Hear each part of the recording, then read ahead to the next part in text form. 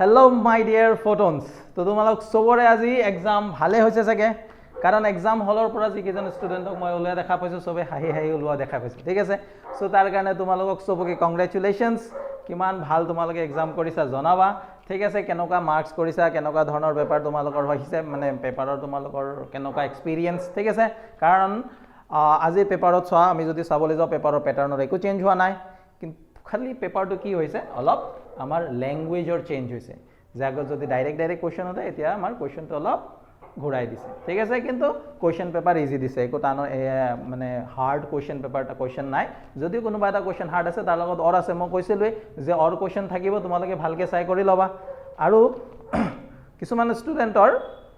বহুত ভাল এক্সাম হৈছে মোক মেছেজ কৰি আছে তো তোমালোকে সকলোকে কংগ্ৰেচুলেশনস তোমালোকৰ পঢ়া যিখিনি পঢ়ি আহিছিলা তোমালোকৰ পঢ়াখিনি আজি কামত দিছে তো এনেকৈ সদায় ৰেগুলাৰ পঢ়ি যাবা তোমালোকৰ এক্সাম নেক্সট যেটো আমাৰ ফাইনাল এক্সাম আহিছে ন এইচএস ফাইনাল এক্সাম নেক্সট আহি আছে তো এইবোৰ তোমালোকৰ বহুত ভাল হ'ব ঠিক আছে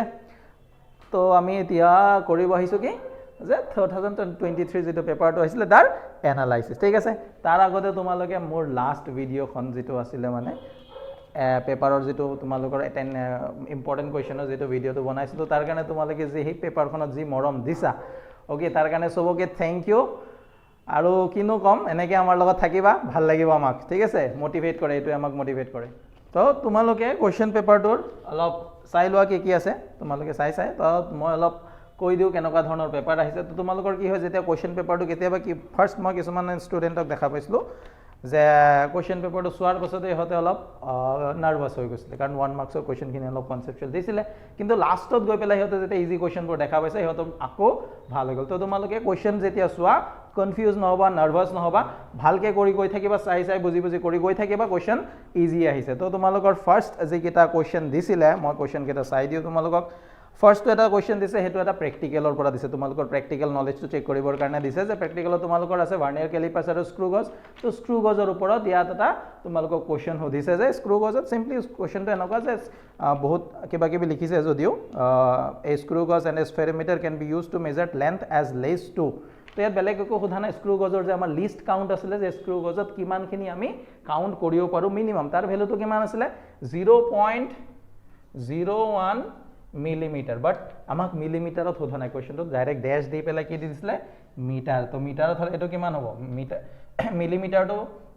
এটো কিমান হ'ব 1 * 10 টু দি পাৱাৰ -2 মিলিমিটাৰ আৰু এটো যদি আমি মিটাৰলৈ নয় আৰু এটা 10 টু দি পাৱাৰ -3 আহিব তো কিমান হ'ব 1 * 10 টু দি পাৱাৰ -5 মিটাৰ তো আনসাৰটো কিমান হ'ব 10 to the power -5 metre so এটো প্ৰ্যাকটিক্যাল নলেজৰ পৰা হদিছে তাৰ পিছত সিগনিফিকেন্ট ফিগাৰৰ এটা কোৱেশ্চন আহিব কৈছিলো তোমালোকক কৈছিলো সিগনিফিকেন্ট ফিগাৰৰ কোৱেশ্চনটা আহিবই তো হেতু আহিছে তোমালোকে হেতু কৰিব পাৰিছে হেতু আৰু মই কি কম জানাই তোমালোকে তাৰ পিছত এটো এটা অলপ সিম্পল কনসেপ্ট এটা চেক কৰিছে তো তোমালোকক ইন কেস অফ নেগেটিভ এক্সিলাৰেশন মানে কি যেতিয়া বস্তুটোৰ ভেলোসিটি কমে হেতুক আমি কি বুলি কওঁ নেগেটিভ এক্সিলাৰেশন তো সিম্পলি যেতিয়া নেগেটিভ এক্সিলাৰেশন হ'ব তাৰ মানে ইনিশিয়াল ভেলোসিটি বেছি আৰু ফাইনাল ভেলোসিটি কি হ'ব কম হ'ব তো আনসাৰটো আমাৰ কি হ'ব ইয়াত যে হুইচ ভেলোসিটি ইজ গ্ৰেটাৰ তো কি হ'ব ইনিশিয়াল ভেলোসিটি গ্ৰেটাৰ তাৰ পিছত ইয়াত আমাক কৈছে এটো এটা অলপ কনসেপচুৱেল কোৱেশ্চন যে the resultant of I and J দুটা ভেক্টৰ আছে আৰু লাষ্ট কোৱেশ্চনত আমাক লাষ্ট ইয়াৰত কৈ দিছিলে যে দুটা আই আৰু জে যদি দুটা ভেক্টৰ আছে তাৰ ৰিজাল্টেন্ট হলো এতিয়া আমাক কৈ দিছে যে আই ক্যাপ আৰু জে ক্যাপ দুটা ভেক্টৰ আছে এহতৰ ৰিজাল্টেন্ট সাপোজ আমাৰ r এতিয়া r ৰ ম্যাগনিটিউড দিয়া আছে ম্যাগনিটিউড কিমান দিয়া আছে √2 তাৰ মানে এটোৰ ভ্যালু 1 এটোৰ ভ্যালু 1 তো ম্যাগনিটিউড কিমান হ'ব √2 এ হ'ব এতিয়া সিম্পলি সোৱা তোমালোকে এটো x এক্সিস এটো y এক্সিস হৈছে তো ইয়াত এফালো ম্যাগনিটিউড 1 এফালো ম্যাগনিটিউড 1 তো ইয়াত যদি তুমি এটা প্যাৰালেলগ্ৰাম ফৰ্ম কলা তো এংগল কিটা যদি আমি অলপ কনসেপ্টৰ ম্যাথমেটিক্সৰ কনসেপ্টৰ পৰা চাও তো এংগল কিটা কিমান আহিব ইয়াত 45 ডিগ্ৰী আহি যাব তো x এক্সিসৰ লগত ৰিজাল্টেন্টে 45 ডিগ্ৰী কৰিব y এক্সিসৰ লগত 45 ডিগ্ৰী কৰিব সো সিম্পলি তোমালোকে যদি ইমানখিনি নলেজ আছিল এটো কৰিব পাৰা বা তোমালোকৰ আমাৰ তাত এটা ফৰ্মুলা আছিল tan বিটাৰ এটা ফৰ্মুলা আছিল ৰিজাল্টেন্ট ভেক্টৰে কিমান এংগল কৰিব tan বিটা ইকুয়াল টু আছিল b sin theta divide by a plus b cos theta এটো ফৰ্মুলা তো সো i ক্যাপ আৰু j ক্যাপ এটা x এক্সিসত আছে ভেক্টৰ আৰু এটা y এক্সিসত আছে গতিকে এটোক যদি মই a আৰু b লও ঠিক আছে তো a আৰু b যদি লও মই ইয়াত ঠিক আছে তো এটা a এর ভ্যালু এর ম্যাগনিটিউড 1 b এর ম্যাগনিটিউড 1 আৰু এই দুটাৰ মাজৰ এংগল কিমান হ'ব 90 ডিগ্ৰী কাৰণ এটা x এক্সিসৰ ডাইৰেকশন আছে এটা y এক্সিস তো ইয়াত যদি তোমালোকে বহাই দিয়া b এর ম্যাগনিটিউড কিমান হ'ব 1 আৰু sin a আৰু b ৰ মাজত angle 90 degree divide by a magnitude 1 b magnitude 1 আৰু কিমান cos 90 ডিগ্ৰী তো সো cos 90 ৰ ভ্যালুটো 0 হৈ যাব sin 91 1 by 1 আনসাৰটো কিমান হ'ব 1 tan beta equal to 1 তাৰ মানে tan theta ৰ ভ্যালু কিমান হ'ব 45 ডিগ্ৰী দ্যাট মিন্স দুটা এটো ৰিজাল্টেন্টটোৱে y axis ৰ লগতো 45 ডিগ্ৰী এংগল কৰিব আৰু x axis ৰ লগতো কিমান এংগল কৰিব 45 ডিগ্ৰী এংগলে কৰিব সিম্পল এখিনি অলপ মানে সিম্পল কনসেপ্ট এখিনি আছে যোৱাবাৰ আমাক এখিনি লেকে দিছিলে এতিয়া আমাক এই পাৰ্টটো কৰিব দিছে এখিনি তাৰ পাছৰ তোমালোকৰ নেক্সট ইটো কোৱেশ্চনটো আছে name the projectile motion in which range does not depends on initial velocity তো ইয়াত চোৱা এইটো কোৱেশ্চনত অলপ ষ্টুডেণ্টবোৰৰ খেলিমেলি হৈছে চাগে যে এনেকুৱা এটা প্ৰজেক্টাইল মোশনৰ কথা ক'ব লাগে য'ত ৰেঞ্জটো আমাৰ কি হয় ইনিশিয়াল ভেলোসিটিৰ ওপৰত ডিপেন্ড নকৰে তো চোৱা আমি যদি হৰাইজন্টাল প্ৰজেক্টাইল তাৰ কাৰণে ৰেঞ্জৰ ফৰ্মুলা আছে u √2 h/g আৰু যদি ইনক্লাইন প্ৰজেক্টাইল তাৰ কাৰণে ৰেঞ্জৰ ফৰ্মুলা আছে u² sin 2θ/g সো দুয়োটাতে আমি কি দেখা পাইছো যে ৰেঞ্জটো ভেলোসিটিৰ ওপৰত ডিপেন্ড কৰি আছে ইনিশিয়াল ভেলোসিটিৰ ওপৰত ডিপেন্ড কৰি আছে সো ইয়াত হয়তো কোৱেশ্চনটো মেবি অলপ মেবি যে কোৱেশ্চনটো কিবা এটা ইয়াত ডাটা আমাৰ মিসপ্লেস হৈছে বা ইয়াৰ আনসাৰটো এনেকুৱা হ'ব যেহেতু কোৱেশ্চনটো আমাক তেনেকৈ দিয়ে আনসাৰটো আমি তেনেকৈ দিব লাগিব এনেকুৱা কোনো প্ৰজেক্টাইল মোশন নাই য'ত নেকি ৰেঞ্জটো ইনিশিয়াল ভেলোসিটিৰ ওপৰত ডিপেন্ড নকৰে ঠিক আছে এইটো হৈ গ'ল তাৰ পিছত চোৱা what is next F number কোৱেশ্চনটো কি দিছে চোৱা what friction of coefficient of superficial expansion becomes equal to the coefficient of volume expansion তো এটোৰ কথা মই কৈছিলো superficial expansion volume expansion alpha beta gamma relation চাব কৈছিলো alpha equal to beta by 2 equal to কি আছিল gamma by 3 তো আমাক এই পাৰ্টটো হে লিখিব দিছে এটোৰ কথা একো হোধা নাই superficial expansion আৰু volume expansion তো আমাৰ এটোৰ আনসাৰ সিম্পলি কি হ'ব beta by 2 equal to gamma by 3 হৈছে তাৰ পিছত ইয়াত চোৱা এটা কোৱেশ্চন আছে বেগ আৰু what is the SI unit of scalar product of vector quantities force আৰু ভেলোসিটি তাৰ মানে ফোৰ্স আৰু ভেলোসিটি যদি মই মাল্টিপ্লাই কৰো তাৰ আনসাৰ যেটো আহিব তাৰ SI ইউনিটটো দিছে তো এটো চোৱা এটা তোমালোকে যদি অলপ পঢ়িছিলা প্ৰিভিয়াস ইয়াৰটো এনালাইসিস কৰিছিলা তো তোমালোকে এটা বস্তু চোৱা এটা প্ৰুফ আছিলে যেটো প্ৰুফ এইবাৰো আহিছে যেটো লাষ্ট ইয়াৰো আহিছিলে এইবাৰো আহিছে যে power is equal two force and velocity force আৰু velocity যদি মাল্টিপ্লাই কৰো হেতু আমাক কি দিব পাৱাৰ দিব এই দুটাৰ যেটো প্ৰডাক্ট স্কেলাৰ প্ৰডাক্ট force আৰু velocity এটো কি দিয়ে পাৱাৰ তো ইয়াত সিম্পলি force আৰু velocity আমাক কি লিখিব কৈছে এটো force আৰু velocity স্কেলাৰ প্ৰডাক্ট কৰাৰ পাছত আনসাৰটো যেটো আহিব তাৰ SI ইউনিট লিখিব কৈছে তো পাৱাৰৰ SI ইউনিট কি হয় আমি জানো নহয় ওয়াট তো ওয়াট ইকুয়াল টু কি হয় জুল পার সেকেন্ড জুল ইকুয়াল টু কি হয় নিউটন মিটার পার সেকেন্ড তো তোমালোকে যেটো লিখিছা যদি ওয়াট লিখিছা কোনোবা হেতু কারেক্ট জুল পার সেকেন্ড লিখিছা এটো correct newton metre per second লিখিছা এটো কারেক্ট ঠিক আছে তাৰপিছত মই কৈছিলো পজিশন টাইমৰ যেটো গ্ৰাফ আছিল ভেলোসিটি টাইমৰ গ্ৰাফ আছিল এটো পঢ়িবলৈ তো তোমালোকক এবাৰ পজিশন টাইম গ্ৰাফৰ কথা সুধিছে so position time graph the position velocity of a particle acha ইয়াত এটা পার্ট হইছে at what position the velocity of a projectile executing simple harmonic motion will be maximum এটো আগত হদিছিলে যে simple harmonic motionত যদি বস্তু এটা আছে তার কোনটো পয়েন্টত মই ডায়াগ্রাম এটা আকি দেখাই দিছিলো যে যদি বস্তুটো এনেকে কৰি থাকে simple harmonic motionত simple pendulum এটাৰ কাৰণে দেখাই দিছিলো যে ইয়াত যেতিয়া যায় তাৰ কাইনেটিক এনাৰ্জি 0 হৈ যায় পটেনশিয়াল এনাৰ্জি ম্যাক্সিমাম এটো পয়েন্টত যেতিয়া আহে পটেনশিয়াল এনাৰ্জি আকৌ 0 হয় ম্যাক্সিমাম হয় কাইনেটিক এনাৰ্জি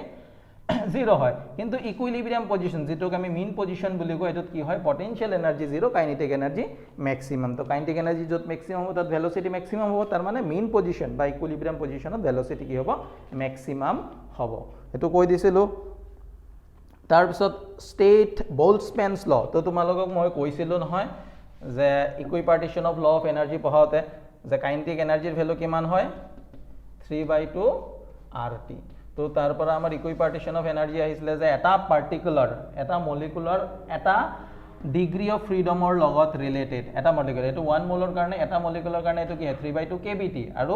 যদি এটা ডিগ্ৰি অফ ফ্ৰিডমৰ লগত রিলেটেড কাইনেটিক এনার্জি কিমান হয় হাফ অফ kBT যে the kinetic energy associated with per molecule per degree of freedom কিমান হয় হাফ অফ kBT kB হল বোলটজম্যান কনস্ট্যান্ট এটো কি বুলি কোৱা হয় বোলটজম্যানস ল তাৰ পিছত এটো হল তাৰ পিছত সোয়া what does resonance occur এটা resonance কি হয় আমি damped motionত তোমালোকক হেৰিৰ কথা কৈছিলো force oscillation ফ্ৰী অচিলেশ্যন আৰু ডেম্পড অচিলেশ্যন এইকেইটা পঢ়াৰ কথা কৈছিলোঁ তো চোৱা ডেম্পড অচিলেশ্যনত কি দিছিলে ডেম্পড অচিলেশ্যন তেনেকুৱা আছিলে যে বস্তুটো নিজৰ এটা ফ্ৰিকুৱেঞ্চি ৰেটন বস্তুটো অচিলেট কৰি থাকে তাৰ পিছতো কি হয় ইয়াক এটা এক্সটাৰ্নেল ফ'ৰ্চ এপ্লাই কৰা হয় যে ফ'ৰ্চ যিটো বস্তু অচিলেট কৰি আছে তাৰ এটা ফ্ৰিকুৱেঞ্চি আছে তাৰপিছত এক্সটাৰ্নেলি যে মই ফ'ৰ্চ এটা দি আছোঁ সেইটোৰো এটা কি আছে ফ্ৰিকুৱেঞ্চি আছে যেতিয়া দুইটাৰ ফ্ৰিকুৱেঞ্চি মেচ হৈ যায় দুইটাৰ ফ্ৰিকুৱেঞ্চি যিটো বস্তু এটা ভাইব্ৰেট কৰি আছে তাৰ নেচাৰেল ফ্ৰিকুৱেঞ্চি আৰু এক্সটাৰ্নেল ফ'ৰ্চৰ ফ্ৰিকুৱেঞ্চিটো দুইটা মেচ হৈ যায় তেতিয়া ৰিজাল্টেণ্ট এম্প্লিটিউডটো কি হয় মেক্সিমাম হয় দুইটা মিলি পেলাই যিটো বস্তুটো অচিলেট কৰিছে তাৰ এম্প্লিটিউডটো কি হয় সেই সিচুৱেশ্যনত মেক্সিমাম যিটোক আমি কি বুলি কওঁ ৰেজনেন্স বুলি কওঁ ঠিক আছে ডেম্পড অচিলেশ্যনত আছে সেইটো এবাৰ তোমালোকৰ ডেফিনেশ্যনটো ধুনীয়াকৈ আছে চাই ল'বা তো 1 মাৰ্কছৰ কুৱেশ্যন চোৱা তোমালোকক 1 2 3 4 5 6 10টা দিছিলে তাৰ পৰা 8টা কৰিব দিছে তেনেকৈ 2 মাৰ্কছৰ কুৱেশ্যনত চোৱা মই কৈছিলোঁ অৰ আহিব চোৱা দুইটা গোটেইকেইটা কুৱেশ্যনতে অৰ দিছে তোমালোকৰ ঠিক আছে চ' যদিও কোনোবা এটা কুৱেশ্যনত অলপ হাৰ্ড কুৱেশ্যন দিছে এটা পাৰ্ট তাৰ অৰ কুৱেশ্যনটো ইজি দিছে ঠিক আছে তো যিসকল ষ্টুডেণ্ট এনেকৈ চাই কৰিছা সিহঁতে প্ৰায় মোৰ মতেতো গোটেইখিনি কৰিব পাৰিছা অ'কে তথাপিও তোমালোকৰ কেনেকুৱা ধৰণৰ হৈছে এক্সামবোৰ কি হৈছে জনাবা এবাৰ কিমান মাৰ্কছ কৰি আহিছা 60 70 65 ঠিক আছে আৰু তাৰপিছত আচ্ছা মই কৈছিলোঁ ভেলচিটি টাইম গ্ৰাফ আৰু ডিষ্টেঞ্চ টাইম গ্ৰাফৰ কথা তো তোমালোকক ইয়াত পজিশ্যন পজিটিভ ভেলচিটি আৰু নিগেটিভ ভেলচিটিৰ কাৰণে পজিশ্যন টাইম ড্ৰ কৰিব গৈছে তো চিম্পলি চোৱা যদি ভেলচিটিটো পজিটিভ হয় তেনেহ'লে কি হ'ব এইটো পজিশ্যন আৰু এইটো টাইম ভেলচিটি বাঢ়ি গৈ আছে তো পজিশ্যন হেৰিও কি হ'ব আমাৰ ডিষ্টেঞ্চ হেৰিৰ লগত মানে কি বুলি কয় ডিষ্টেঞ্চটো কি হ'ব ভেলচিটি আছে পজিটিভ ভেলচিটিটো কমা নাই নহয় তো ইয়াৰ কি হ'ব গ্ৰাফটো আমাৰ কি হ'ব বাঢ়ি গৈ থাকিব ডিষ্টেঞ্চ যদি বস্তুটোৰ ভেলচিটি পজিটিভ ইয়াৰ ডিষ্টেঞ্চটো কি হৈ যাব মেইন পজিশ্যনৰ পৰা যিটো অৰিজিনৰ পৰা ডিষ্টেঞ্চটো কি হ'ব বাঢ়ি গৈ থাকিব আৰু যদি ভেলচিটি নিগেটিভ হৈ আছে ভেলচিটি নিগেটিভ তাৰ মানে কেনেকুৱা হ'ব স্লোপটো নিগেটিভ হ'ব আমি জানো নহয় পজিশ্যন টাইম গ্ৰাফৰ স্লোপে কি দিয়ে আমাক ইউনিফৰ্ম নন ইউনিফৰ্ম ভেলচিটিৰ কথা একো কোৱা নাই তো তোমালোকে যেনেকৈ ড্ৰ কৰিছা হৈ যাব ঠিক আছে চ' যদি স্লোপটো মানে পজিটিভ ভেলচিটিৰ কাৰণে স্লোপটো কি হ'ব পজিটিভ আৰু নিগেটিভ ভেলচিটিৰ কাৰণে স্লোপটো কি হ'ব নিগেটিভ তো তেনেকুৱাকৈ এইটো পজিটিভ ভেলচিটিৰ কাৰণে ডিষ্টেঞ্চটো বাঢ়িয়ে গৈ আছে এইটো নিগেটিভৰ কাৰণে ডিছপ্লেচমেণ্টটো কি হৈছে কমি গৈ আছে তো এই দুটা গ্ৰাফৰ কথা সুধিছিলোঁ তোমালোকক মই কৈছিলোঁ চাই যাবলৈ তাৰপিছত চোৱা এটা কুৱেশ্যন দি দিছে নিউমাৰিকেল কুৱেশ্যনটো তো তোমালোকে এইটো কুৱেশ্যন কৰিলেতো আৰু নিউমাৰিকেলটোত অলপ ইমান টেনশ্যন লোৱাৰ দৰকাৰ নাই নিউমাৰিকেলটো চোৱা এক্স দিয়া আছে x is equal two something এটা এক্সপ্ৰেশ্যন দিয়া আছে 8.5 প্লাছ 2.5 ইনটু টি স্কুৱাৰ তো ইয়াত তোমাক এভাৰেজ ভেলচিটি ওলাবছে তো এইটো যদি ভেলচিটিৰ কাৰণে মই কি কৰিব লাগিব dx বাই dt কৰিব লাগিব এতিয়া এক্স যদি ডিফাৰেঞ্চিয়েট কৰি এইটো কনষ্টেণ্ট ইয়াৰ ডিফাৰেঞ্চিয়েশ্যন কিমান আহিব 0 টি স্কুৱাৰৰ এইটো আমাৰ 2.5 আছে তো টি স্কুৱাৰ ডিফাৰেঞ্চিয়েশ্যন কিমান আহিব 2t তো 2 ইনটু 2.5 ইনটু টি তাৰ মানে এইটো কি হৈ গ'ল 5t চিম্পলি ভেলচিটি কিমান হৈ গ'ল 5t এতিয়া দুটা টাইম দি আছে যে t ইকুৱেল টু 0 আৰু এটা কি কৈছে t ইকুৱেল টু 2 সেকেন্ডত এভাৰেজ ভেলচিটি ওলাব লাগে তো এভাৰেজ ভেলচিটিৰ কাৰণে আচ্ছা এভাৰেজ ভেলচিটিৰ কাৰণে এইটো ওলাবৰ দৰকাৰ নাই এভাৰেজ ভেলচিটি আমাৰ কি আছিলে total displacement by total time so v average is equal to কি হ'ব x2 minus x1 ডিভাইড বাই t2 minus t1 এইটো কেনেকৈ কৰিবা সো x2 কি হ'ব x1 মানে আমি t ৰ ভ্যালু কিমান বহাব লাগিব 1 তো এই এক্সপ্ৰেছনটো যদি মই t ৰ ভ্যালু 1 বহাই দিও যেটো ভ্যালু আহিব এটো কি হ'ব আমাৰ x1 আৰু এই এক্সপ্ৰেছনটো t ৰ ভ্যালু যদি মই 2 বহাই দিও সৰি t ৰ ভ্যালু 0 হ'ব দে ইনিশিয়াল আমাক কিমান কৈছে 0 আৰু 2 তো t ৰ ভ্যালু 0 বহাই দিলে এটো কিমান আহিব 2.5 আৰু t ৰ ভ্যালু যদি মই 2 পুট কৰো তো ভ্যালুটো কিমান হ'ব 8.5 টো আহিবই এটো 8.5 হ'ব 8.5 প্লাস 2.5 আৰু 2 স্কয়াৰ কিমান হ'ব 4 তো 2.5 ইনটু 4 এ কিমান দিব আমাক 10 সো এটো হ'ব এটো x2 এটো x1 তো এটোৰ পৰা এটো মাইনাস কৰিলে কিমান হ'ব সো 10 আহিব ভ্যালুটো আৰু টাইমৰ ভ্যালু কিমান হ'ব 2 তো এটো কিমান হ'ব 5 metre per second total displacement by total time হেটো কি দিয়ে এভাৰেজ ভেলোসিটি দিয়ে এটো উলাই দিলে এটোৰ আনসাৰ আহিব ওকে তো 2 নম্বৰ কোৱেশ্চনটো নেক্সট জিত আছে ইজি আছে তাৰ পিছত আমাক কৈছে ইকুৱেলিটি অফ ভেক্টৰস মানে ইকুৱেল ভেক্টৰসৰ কথা সুধিছে যে ইকুৱেল ভেক্টৰস কি হয় যদি দুটা ভেক্টৰ ম্যাগনিটিউড আৰু ডাইৰেকশন সেম হয় তো কি বুলি কয় ইকুৱেল ভেক্টৰস বুলি কয় ভেক্টৰ তাৰ পিছত কৈছে যে if a is a vector then draw vector which is equal to 3a তো সিম্পলি তোমালোকে যদি এটা ভেক্টৰ a লৈছা a equal to যদি তোমালোকে 1 cm ড্ৰ কৰিছা তো 3 cm এটা ভেক্টৰ ড্ৰ কৰি দিয়া 3a এটো হৈ যাব ইয়াৰ ট্ৰিপল ঠিক আছে প্যাৰালেলি ট্ৰিপল 3 গুণ হোৱাকে এটা ভেক্টৰ ড্ৰ কৰিলে এটো 3a হৈ যাব এখিনি কিবা লাগে তাৰপিছত আমাৰ কি দিছে যে এটা হেৰি সিম্পল ফৰ্মুলাটো দি দিছে সব কৈ দিছে তোমালোকে জাস্ট ওলাব লাগে যে ইনক্লাইন প্ৰজেক্টাইল এটাৰ কাৰণে ৰেঞ্জৰ ফৰ্মুলা দিয়া আছে এতিয়া কৈছে দেখাব লাগে যে from the expression show that the range in case of vertical projectile body is 0 vertical projectile মানে কি বস্তুটো সিধা এনেকৈ মাৰি দিছোঁ তো ই হৰাইজেণ্টেল গ্ৰাউণ্ডৰ লগত কিমান এংগল কৰিব 90 তো আমাৰ যেটো এক্সপ্ৰেছন দিয়া আছে r = u² sin 2θ by g তো থিটাৰ ভ্যালু 90 পুট কৰিলে কিমান হ'ব sin 180 আৰু sin 180 ৰ ভ্যালু কিমান হয় 0 গতিকে আনসাৰটো কিমান আহিব 0 এইখিনিলৈকে কৰিলে হৈ গ'ল এটো সিম্পল তাৰ পাছত তোমালোকক এটো কোৱেশ্চন দিছে an external force is required to keep a body in motion Aristotle তাৰ পিছত কৈছে যে explain whether there is any flaw in it তো এতিয়া কৈছে যেটো আমাৰ হেৰিটো দিয়া আছে স্টেটমেন্টটো দিয়া আছে তো স্টেটমেন্টত কিবা বিসংগতি কিবা ভুল দেখা পাইছা নেকি তো বস্তুটো এনেকুৱা চোৱা যে বস্তু এটা যদি আমি ৰোড এটা ঠিক আছে গাড়ী এটা ৰোডত গৈ আছে আমি যদি মানে গিয়াৰ নিদি পেলা বা ইঞ্জিনটো অফ কৰি দিও তো গাড়ীটো অলপ টাইম গৈ পেলাই কি হ'ব ৰৈ যাব তো গাড়ীটো কন্টিনিউয়াসলি ফ্লো হৈ থাকিবৰ কাৰণে মই কি কৰিব লাগিব ফোৰ্স এপ্লাই কৰি থাকিব নাই মই গাড়ী যেটো ইঞ্জিনটো অন কৰি থাকিব লাগিব ঠিক আছে তো যদি মই এক্সটাৰ্নাল ফোৰ্স এপ্লাই কৰি আছো কন্টিনিউয়াসলি তেতিয়া বস্তুটো কি থাকিব এই এটা পাৰ্টিকুলাৰ ভেলোচিটিত মুভ কৰি থাকিব আৰু যদি মই এনেকুৱা এটা সিচুৱেচন লও যেটো নিউটনছ ফাৰ্স্ট ল আছিল যদি বস্তুটোৰ ওপৰত ৰিজাল্টেন্ট ফোৰ্স 0 হয় ঠিক আছে ৰিজাল্টেন্ট ফোৰ্স 0 ফ্ৰিকশন যদি না থাকে ফ্ৰিকশন না থাকা সিচুৱেচন যে কোনো ব্যাকওয়াৰ্ড ফোৰ্স নাই তেতিয়া মই এবাৰ ফোৰ্স এপ্লাই কৰিলে কি কৰি থাকিব মুভ কৰি থাকিব কিন্তু যদি ফ্ৰিকশন আছে মামাক ব্যাকওয়াৰ্ড ফোৰ্স এটাই ৰেজিস্টিং ফোৰ্স এটাই অ্যাক্ট কৰি আছে তো এই সিচুৱেচনত বস্তুটো মোশনত আনিবৰ কাৰণে মই সদায় কন্টিনিউয়াসলি এটা ফোৰ্স এপ্লাই কৰি থাকিবই লাগিব ঠিক আছে তাৰ পিছতো নিউটন সেকেন্ড লৰ ওপৰত কোৱেশ্চন এটা দিছে এটো অলপ ষ্টুডেন্টৰ নলেজটো চেক কৰিছে বাকি একো নহয় জাস্ট ষ্টুডেন্টে লিখিব পাৰে নে নাই কেনেকুৱা বস্তু তেনেকুৱা তো তোমালোকে এটা এক্সপ্ৰেছন দি আছে f = k * ma তো ইয়াত তোমালোকে k ডেফিনিশন হদিছে তো সিম্পলি k = কিমান হ'ব f / ma তাৰ মানে k = amount of force per unit mass per unit area per unit mass per unit area কাৰণে যিমানখিনি ফোৰ্স এপ্লাই কৰাব এটো কি হ'ব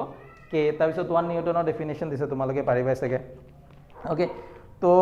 হেখিনি 1 মাৰ্কসৰ কোৱেশ্চন খিনি 2 মাৰ্কসৰ কোৱেশ্চন খিনি আৰু এটা সোৱা 2 নম্বৰ কোৱেশ্চনটো মই কৈছিলো হেতু লাষ্ট ইয়াৰ আহিছিলে ফোৰ্স ভেলোসিটি প্ৰডাক্ট = পাৱাৰ তো হেতু তোমালোকে পাৰিছাই আৰু ওয়াৰ্ক এনাৰ্জি পাওয়াৰৰ ওপৰত এটো কোৱেশ্চন দিছে নিউমেৰিকেল যেটো দিছে যে an object of mass 1 gram falling from height 1 kilometer hits the ground with a speed of 50 meter per second calculate the change in kinetic energy তো হাফ m ইনিশিয়ালি বস্তুটো যেতিয়া ফল কৰিছিলে হাফ m ইউজ কৰি initial kinetic energy দিছিলে final kinetic energy তোমালোকে সোৱা velocity দিয়া আছে m 50 মিটাৰ পাৰ সেকেন্ড ঠিক আছে তো 50 মিটাৰ পাৰ সেকেন্ডত যেটো হ'ব হেতু কি হ'ব change in kind 50 metre per second half m v square কৰি দিলা তো final kinetic energy minus initial kinetic energy কৰি দিলা তোমালোকৰ চেঞ্জ ইন কাইনেটিক এনাৰ্জি আহি গ'ল তাৰপিছত ৰিজিড বডিৰ কথা হদিছে ৰিজিড বডি কোনবোৰ যিবোৰ বডিৰ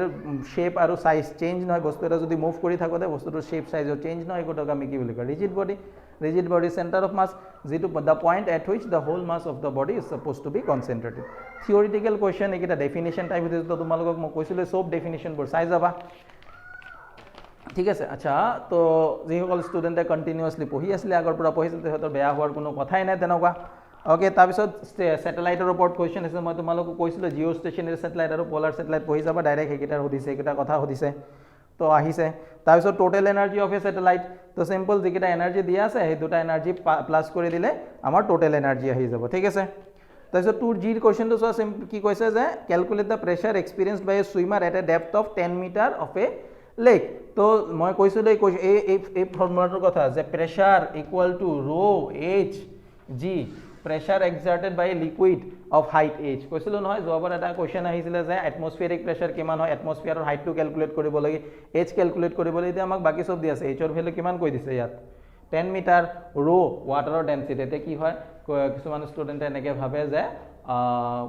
যিবোৰ আমাৰ গিভেন কোয়ান্টিটি কিছুমান দিয়া থাকিব এবাৰ কিন্তু দিয়া নাই চাইছানে সো কোৱেশ্চন পেপাৰ তোমালোকে এনেকুৱা নহয় যে কিছুমান ষ্টেণ্ডাৰ্ড ভ্যালু তোমালোকে সদায় মনত ৰাখিবই লাগিব সেই ষ্টেণ্ডাৰ্ড ভ্যালু কিটা মনত ৰাখিলে দিয়া নাই কেনে কৰিব ৰোৰ ভ্যালু নাজানা তো ওয়াটাৰৰ ডেনসিটি কিমান হয় 10³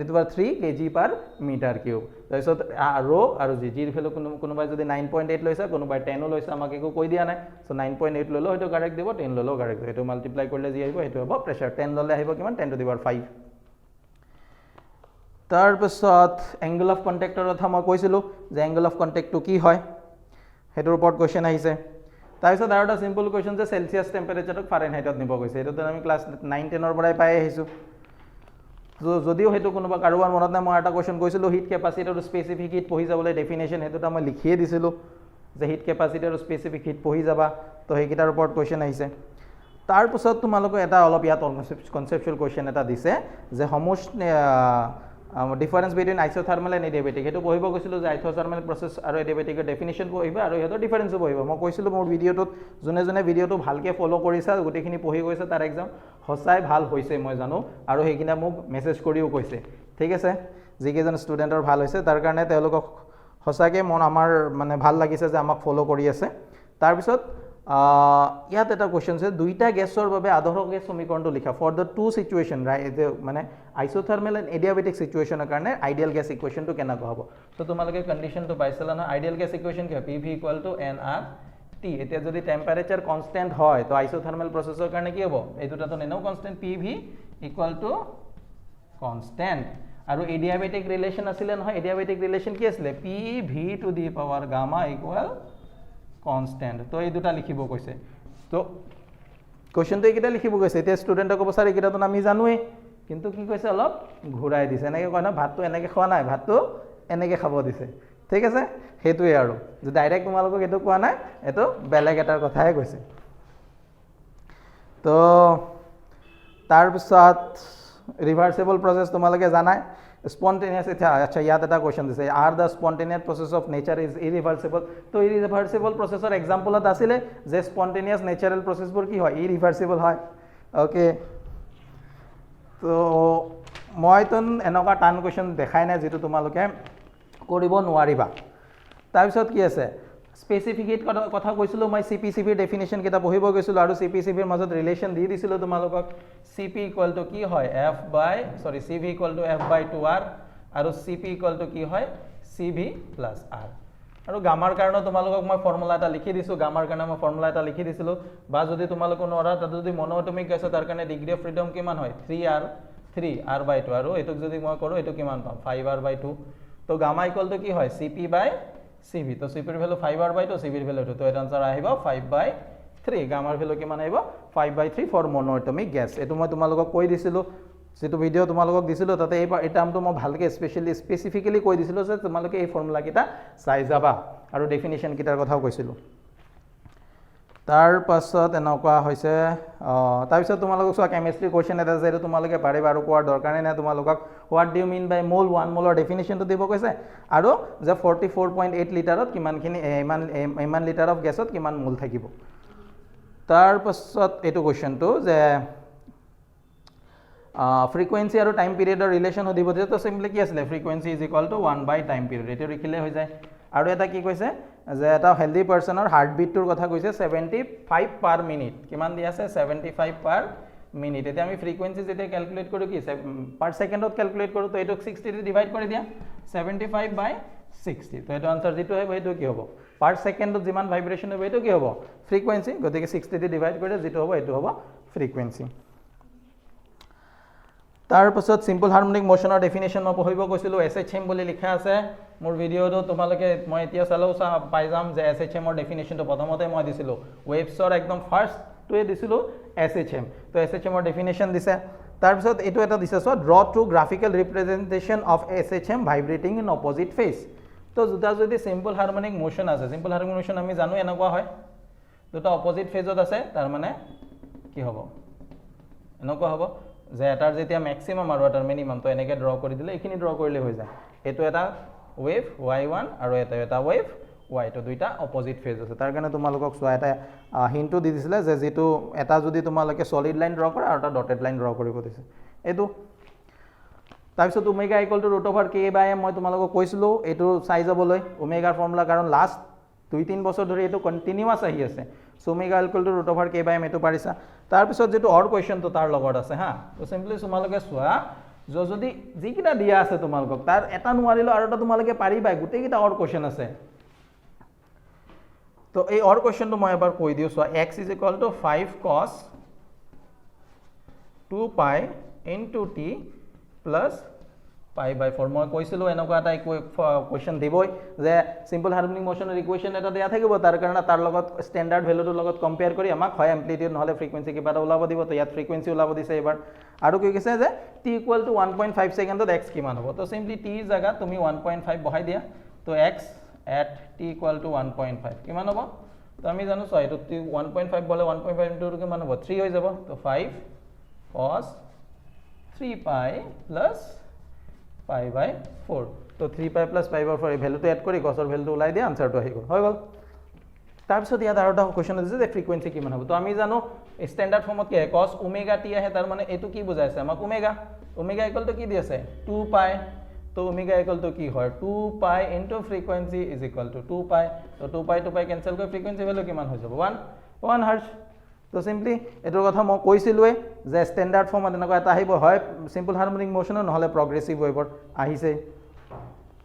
তাৰপিছত এটো কৈছিলো যে ল ইকুৱেশ্যন অফ মোশন তিনটাৰ কথা কৈছিলো তিনটাৰ ভিতৰত কোনোবা এটা প্ৰুফ কৰিব আহিব মোশন ইন এ ষ্ট্ৰেট লাইনৰ পৰা তো তোমালোকৰ হেতু আহি গৈছে সেকেন্ড তো s = ut + half of at square just এটো s ৰ জায়গাত x দিছে আৰু u ৰ জায়গাত u নট দিছে তাৰপিছত ট্ৰায়াঙ্গুলাৰ লৰ কথা কৈছিলো find the magnitude and resultant of the two vectors an angle theta তো তাত ট্রায়াঙ্গুলার লয় করা প্যারালেলোগ্রাম ল ইউজ করা দুইটা যিকোনো এটা ইউজ করিয়ে এটোর আনসারটো তোমালোকে সলভ কৰিব পাৰা অৰ কোশ্চেন তিনিৰ অৰ কোশ্চেনটো যেটো আছে তাৰপিছত 3b ৰ কোশ্চেনটো মই তোমালোকক কৈছিলো angle of project angle of friction and angle of repose পঢ়ি যাবলৈ তো 3 ৰ অৰ কোশ্চেনটো সিম্পলি তোমালোকক চোৱা একো কৰিবই দিয়া নাই 3 ৰ কোশ্চেনটো জাস্ট হে এংগল অফ প্ৰজেকশন যে হেৰি আছিল নহয় যে মিউ এস যেটো angle coefficient of static friction is equal to किमान है tan phi और tan theta तो এটা যদি আমাৰ angle of friction আৰু angle of repose angle of friction is equal to angle of repose হয় mu s is equal to coefficient of static friction is equal to tan phi তো ইয়াৰ যেটো or কোশ্চেনটো দিয়া আছে তো সিম্পলি তো তাতছো দিয়া আছে angle of repose তো দিয়া আছে angle of repose ৰ ভ্যালু 15 ডিগ্ৰী এটো ডাইৰেক্ট এক্সাম্পলৰ পৰা উঠাই দিছে তোমালোকে চাব পাৰা 5 এটো কে নম্বৰ চেপ্টাৰ আমাৰ 5 নম্বৰ চেপ্টাৰ 5.8 নে 5.9 এক্সাম্পল তো দিয়া আছে এটো mu s = 10-15 তো যদি কাৰো কোনোবাই 10-15 ৰ ভ্যালুটো ওলাব নোৱাৰিছে 10-15 ত ৰাখি দিলো আনসাৰ হ'ব সিম্পলি এটো 3 মাৰ্কছৰ কোশ্চেন জাস্ট অলপ লিখি দিব লাগে আৰু একো নাই what is the coefficient of static friction between the object and the plane এতিয়া চোৱা মই কৈছিলো ডেফিনিশন চাবলৈ যে coefficient of static friction কি আছিল mu fs by frictional force divided by normal reaction frictional force আৰু normal reaction ৰ যেটো ৰেশিওটো আমি কি বুলি কও coefficient of static friction একিটা কোৱা আছিল তোমালোকক ঠিক আছে তো যেকিটা মই কৈছো আহিছে ঠিক আছে তো ভিডিওটো বহুত বেছি লম্বা নকৰো আমি কাৰণ আমাৰ নেক্সট বায়োলজি ভিডিওটো আহি আছে ইয়াৰ গৈ কোৱেশ্চন পেপাৰৰ গোটেই ফুল সলিউশন মই নেক্সট এটা ভিডিও তোমালোকৰ কাৰণে বহুত ভালকে লৈ আহিম নেক্সট যিকেইজনে এক্সাম দিব তেহতে পাব এইটো বস্তু ফুল ভিডিও সলিউশন মই লৈ আহিম কোনোবা নেক্সট আমাৰ ভিডিও এটাত সো ইমান বেছি এক্সপ্লেইন কৰিব মই ইয়াত নাযাও কাৰণ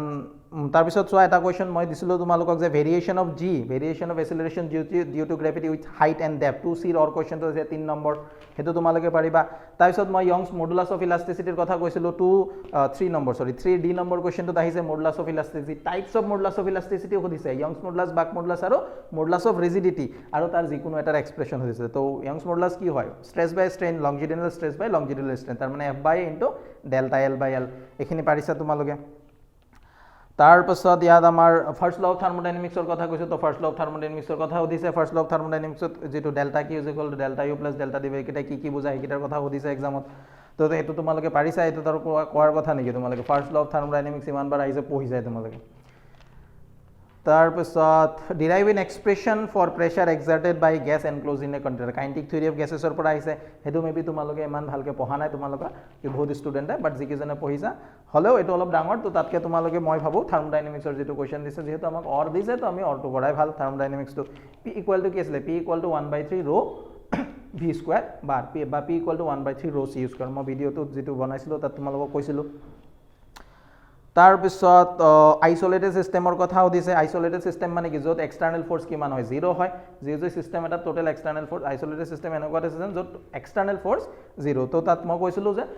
নহয় conservation of linear momentum proof টু চাই যাবলৈ তোমালোকে চোৱা তো conservation of linear momentum of angular momentum is conserve তো তোমালোকে যিকোনো এটা প্ৰুফ কৰি দিলে হল হয় লিনিয়াৰ মোমেন্টামৰ কাৰণে প্ৰুফ কৰা বা এঙ্গুলাৰ মোমেন্টামৰ কাৰণে প্ৰুফ কৰা দুইটা সিচুৱেশনত যিকোনো এটা প্ৰুফ কৰিলে তোমালোকৰ হৈ যায় 3 মাৰ্ক যেহেতু দুইটা কৰি থাকাৰ দৰকাৰ নাই তাৰ পিছত এটা কোৱেশ্চন অলপ ডিফিকাল্ট দিছে ডিফিকাল্ট মানে ইন দ্য সেন্স অফ ফিজিক্সৰ সিলেবাস ঠিক আছে তোমালোকক কোসাইন ল এণ্ড সাইন লৰ কথা কৈছে ঠিক আছে এইটো তোমালোকৰ ম্যাথছত ধুনিয়াকৈ আছে তোমালোকে ৰাহুল ছাৰক সুধি ল'বা যে কেনেকুৱা হয় বাট মই যদি চাওঁ ফিজিক্সত এই বস্তুটোৰ যেটো সাইন ল আৰু কোসাইন লটো ডাইৰেক্টলি সিলেবাসৰ কোনোবা এটা পইণ্টত তাত এনেকৈ কৈ থোৱা নাই তো মই মোৰ মতে এইটো অলপ উল্টা পাল্টা কোৱেশ্চন আহি গৈছে তথাপি মই কৈ দিওঁ কেনেকুৱা হয় এইটো ট্ৰায়াঙ্গল এটা যদি ল এইটো ভেক্টৰ এ এইটো ভেক্টৰ বি এইটো ভেক্টৰ সি তো এ আৰু বিৰ মাজৰ এংগল আলফা বি আৰু সিৰ মাজৰ এংগল বিটা আৰু সি আৰু এৰ মাজৰ এংগল ইয়াত লৈ ললো গামা তো ইয়াৰ পৰা আমি যেনেকৈ এ ইয়াত যদি ট্ৰায়াঙ্গলৰ ল ইউজ কৰোঁ তো C vector is C equal to কি আহিব A B C square is equal to A square plus B square twice A B cos A আৰু বিৰ মাজত কস আলফা আহিব তাৰপিছত বি আৰু সি যদি মই এড কৰোঁ তাত কি পাম এ পাম তো এ স্কোয়াৰ ইকুৱেল টু কি হ'ব B square plus C square plus twice A B cos of beta আৰু নেক্সট যদি আমি সি আৰু এ প্লাছ কৰোঁ তেতিয়া কি আহিব বি আহিব তাৰ মানে B square is equal to কি হ'ব A square plus C square plus twice B into C into cos gamma তো ইয়াৰ পৰা কস আলফাৰ ভ্যালু ওলাই দিও কস বিটাৰ ভ্যালু ওলাই দিয়ে কস গামাৰ ভ্যালু ওলাই দিয়ে যিকেইটা এক্সপ্ৰেছন আহিব সেইকেইটাই ওলাব দিছে আমাক তো এইটো কোৱা হয় কোসাইন ল ঠিক আছে ট্ৰায়াঙ্গুলাৰ ভেক্টৰাইজেশ্যন যেটো হেতুকে হয় হেতুৱে একচুয়ালি তাৰ পৰা যদি এংগল কিটা ওলাব কস থিটা কিটা ওলাব পাৰো সেইকেইটা কোসাইন ল বুলি কয় আৰু সাইন লটো কি আছিল যে যদি এটো ভেক্টৰ এ হয় এটো ভেক্টৰ বি হয় এটো ভেক্টৰ সি হয় ঠিক আছে এৰ অপজিটত এ এংগলটো আলফা বিৰ অপজিটত এ এংগলটো বিটা আৰু সিৰ অপজিটত এ এংগলটো যদি গামা হয় দেন এ ডিভাইড বাই এৰ অপজিটত থকা এংগলটো কি alpha A by sine alpha equal to B divide by বিৰ অপজিটত থকা এংগলটো কি আছে বিটা তো sine beta equal to C divide by sine gamma সিৰ অপজিটত এংগল কি আছে গামা তো এইটো হয় এইটো হল সাইন ল এইটো কোসাইন ল যেটো তোমালোকৰ সিলেবাসত মানে ফিজিক্সৰ সিলেবাসত না তো ম্যাথছত তোমালোকে ৰাহুল ছাৰক সুধি ল'বা ধুনীয়াকৈ এক্সপ্লেইন কৰি দিব তোমালোকক তো এইটো হল কোসাইন আৰু এইটো সাইন ল আচ্ছা এইটো চোৱা এইটো এ দিছিল ন বি সি আছিল তো এইটো বি সি হ'ব দেই এইটো লিখোতে ভুল হৈ গ'ল আৰু এইটো বি আছে এ সি ন তো এইটো এ সি হ'ব এইকেইটা তো ফৰ্মুলাটো এইটোৱে আৰু তোমালোকে চাই ল'বা এবাৰ কৰি পেলাই cos alpha cos beta cos gamma আৰু এইটো হল সাইন ল এইটো কোসাইন ল হৈ গ'ল এইটো কোৱেশ্চন দিছিলে এইটো অলপ টাফ কোৱেশ্চন দিছিলে বুলি মই ভাবোঁ আৰু ঠিক আছে তাৰপিছত চোৱা মই এইটোৰ কথা কৈছিলোঁ যে ডিডিউচ দ্য মোশ্যন অফ এ কাৰণে লেভেল ৰড অৰ এনে বেংক ৰড যিকোনো এটাৰ কথা কৈছে তো লেভেল ৰড এটাত যেতিয়া বস্তুটো ঘূৰিব এই টাৰ্ণ ল'ব তো তাত এটা কি হ'ব চেণ্ট্ৰিপিটেল ফ'ৰ্চ এম ভি স্কোয়াৰ বাই আৰ আৰু ইয়াত কি থাকিব যে বস্তুটো এটা ফ্ৰিকশ্যনেল ফ'ৰ্চ থাকিব ন ঠিক আছে তো ইয়াত আমাৰ চেণ্ট্ৰিপিটেল ফ'ৰ্চ আৰু ফ্ৰিকশ্যনেল ফ'ৰ্চ কিমান হয় F equal to mu into R normal reaction এইটো আহে তো এই সিচুৱেশ্যনত যদি আমি আৰ ইজ ইকুৱেল টু কি হয় M G R equal to M G তো ইয়াত আমাৰ কি হয় যে যেটো centripetal force mv square by r should be greater than less than বা frictional force যেটো frictional force should be greater than or equal to কি হ'ব লাগিব mv square by r কাৰণ frictional force টো কি কৰে ইয়াত আমাৰ centripetal force টো প্ৰভাইড কৰে তো frictional force that means mu mg greater than equal to mv square by r কৰিলে তাৰ পৰা v ৰ ভ্যালুটো আহি যাব v ৰ ভ্যালুটো কিমান আহিব v is should be less than equal to mu R G तो मैं एटुर कथा কৈছিলো তোমালোকক প্ৰিভিয়াস মানে এনালাইসিসত ঠিক আছে এটু আহিছে তাৰ পিছত ওয়ান ডাইমেনশনাল কলিশনৰ কথা দিছে আচ্ছা কেতিয়াবা তোমালোকে এনেকৈ কৈছা ওয়ান ডাইমেনশনাল কলিশন ডেফিনিশন কি হ'ব ওয়ান ডাইমেনশনাল কলিশন কি যেতিয়া বস্তু এটা ইনিশিয়াল ভেলোসিটি আৰু ফাইনাল ভেলোসিটি যদি সেম ডাইৰেকশনত থাকে ইনিশিয়ালি কলিশন হোৱাৰ আগত ভেলোসিটি ডাইৰেকশন আৰু কলিশন হোৱাৰ পাছত যদি ভেলোসিটি ডাইৰেকশন সেম হয় তো এটোক আমি কি বুলি কওঁ ওয়ান ডাইমেনশনাল কলিশন হেতুৱে তাৰপিছত কৈছে ইনইলাস্টিক কলিশনত লস অফ কাইনেটিক এনার্জি কিমান হয় তো loss of kinetic energy is equal to কি ফাইনাল কাইনেটিক এনার্জি কম হয় আৰু ইনিশিয়াল কাইনেটিক এনার্জি কি হয় বেছি হয় ইনিশিয়াল ইনইলাস্টিক কলিশনত তো initial kinetic energy minus final kinetic energy হেতুৱে কি দিব লস অফ কাইনেটিক এনাৰ্জি তাৰপিছত ইলাস্টিক কলিশনৰ কথাটো মই তোমালোকক পঢ়িব কৈছিলো ডেৰিভেশন মানে ভেলোসিটি কিটা কি হ'ব v1 এন্ড v2 হেকিটা কৈছে যদি হেতু পাৰা না তাৰপিছত সাৰফেস টেনশন ইজি আছে সাৰফেস টেনশনৰ কথা হৈছে সাৰফেস এনাৰ্জিৰ কথা সুধিছে एक्सेस प्रेशर तो कि एक्सेस प्रेशर तो अलग प्रॉब्लम हो एक्सेस प्रेशर कि जेतिया बस्तु এটা সাৰফেসৰ এটা লিকুইড আৰ লেয়াৰ এটা ই মানে ইয়াৰ শেপটো চেঞ্জ হয় ই কাৰ্ভ হ'বলৈ ট্ৰাই কৰে কাৰ্ভ হয় ইয়াৰ সাৰফেস টেনশনৰ কাৰণে কি হৈ যায় শেপটো ই ধৰা কি হৈছে ফ্লেট হৈছিল ফ্লেটৰ পৰা এতিয়া কাৰ্ভ হৈ গৈছে কাৰ্ভ হোৱাত কি হয় ইয়াৰ সেই লিকুইডটোৰ ভিতৰৰ কাৰ্ভৰ ভিতৰৰ যেটো প্ৰেছাৰ বাহিৰৰ প্ৰেছাৰতকৈ কি হৈ যায় বাঢ়ি যায় তো যিমান ডিফাৰেন্স পাও বাহিৰৰ প্ৰেছাৰতকৈ ভিতৰৰ প্ৰেছাৰৰ যেটো ডিফাৰেন্স পাই এটো আমি কি বুলি কওঁ এক্সেছ প্ৰেছাৰৰ কথা কওঁ তো এক্সেছ প্ৰেছাৰটো কিহৰ ওপৰত ডিপেন্ড কৰিব সাৰফেস টেনচনৰ ওপৰত ডিপেন্ড কৰিব আৰু কি হ'ব সাৰফেস এৰিয়াৰ ওপৰত ডিপেন্ড কৰিব আৰু ফ্ৰী সাৰফেস কেটা আছে এটোৰ ওপৰত ডিপেন্ড কৰিব হেটোৰ কথা হদিছিলে তো এটো তোমালোকৰ হল তাৰ পিছত মই তোমালোকক হেৰিৰ কথা কৈছিলো এনেকুৱা এটা এক্সাম্পল পঢ়িব কৈছিলো তোমালোকক মই কেইটামান এক্সাম্পল ক'ব কৈছিলো যে কেলৰ principle of calorimetry heat loss is equal to heat gain যদিও এটো অলপ তোমালোকে কিছুমানে অলপ কৰিব টান পাইছে তাৰ পিছত তোমালোকক চোৱা what do you mean by mean free পাথৰ কথা মই কৈছিলো যে মিন ফ্ৰী পাথটো কি ওপৰত ডিপেন্ড কেনেকুৱা হয় কাৰ ফেক্টৰৰ ওপৰত ডিপেন্ড কৰে হেটো দিলো তো মিন ফ্ৰী পাথত মই কৈছিলো কিহৰ ওপৰত ডিপেন্ড কৰে না মলিকুলাৰ ডেন্সিটি আৰু কি হ'ব ৰেডিয়াছ বা ডায়ামিটাৰ তো ইয়াত তোমালোকক n আৰু d ৰ কথা দিছে n টোৱে কি বুজায় মলিকুলাৰ ডেন্সিটি d টোৱে কি বুজায় ডায়ামিটাৰ তাৰ পিছত এটা ডায়াগ্ৰামৰ কথা আছে এই ডায়াগ্ৰামটো একচুয়ালি তোমালোকৰ